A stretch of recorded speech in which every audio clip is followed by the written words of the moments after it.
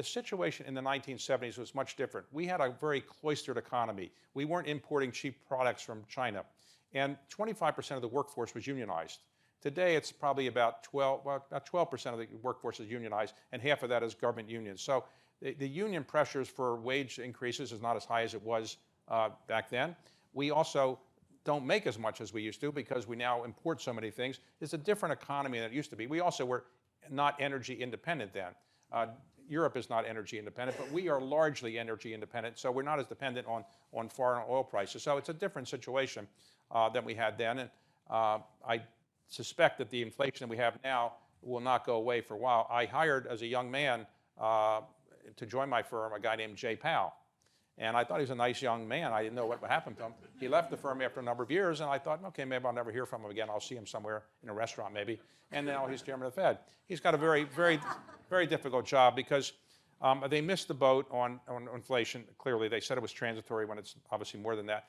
But as we learned from Paul Volcker and other people, it takes a longer time to get inflation out of the system than get it into the system.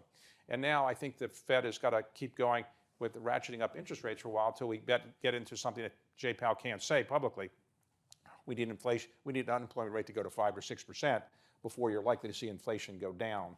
And he can't publicly say that. He hints at it, but he can't say it publicly.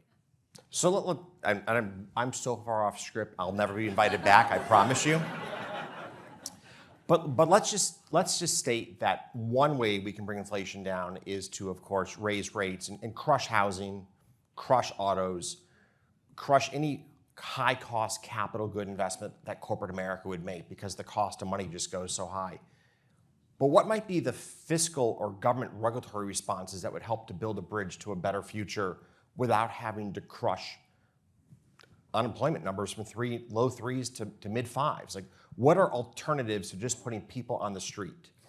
If I knew that answer, I'd be in Iowa and New Hampshire because, there's no easy answer to that. The truth is we have $30 trillion of debt now in the federal government, more or less, $30 trillion.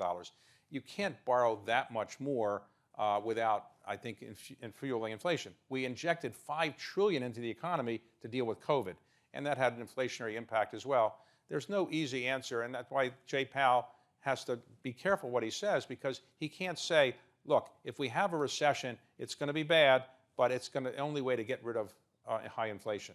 And that's probably the only formula we have. Since 1960, every time the Fed has raised interest rates as a way to cure inflation, in every one of those instances except one, the result was a so-called hard landing or recession. When I worked in the White House for President Carter, Carter was running for re-election, and he said, he obviously didn't want to have a recession. Well, we had high inflation. We were going to have interest rates going up because of Paul Volcker.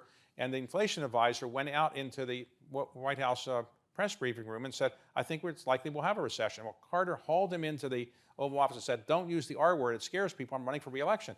And the man said, Fred Kahn, what am I supposed to say? We're likely to have a recession. He said, you can say that, but just don't use the R word. So from then on, he said, I think we're heading into a banana.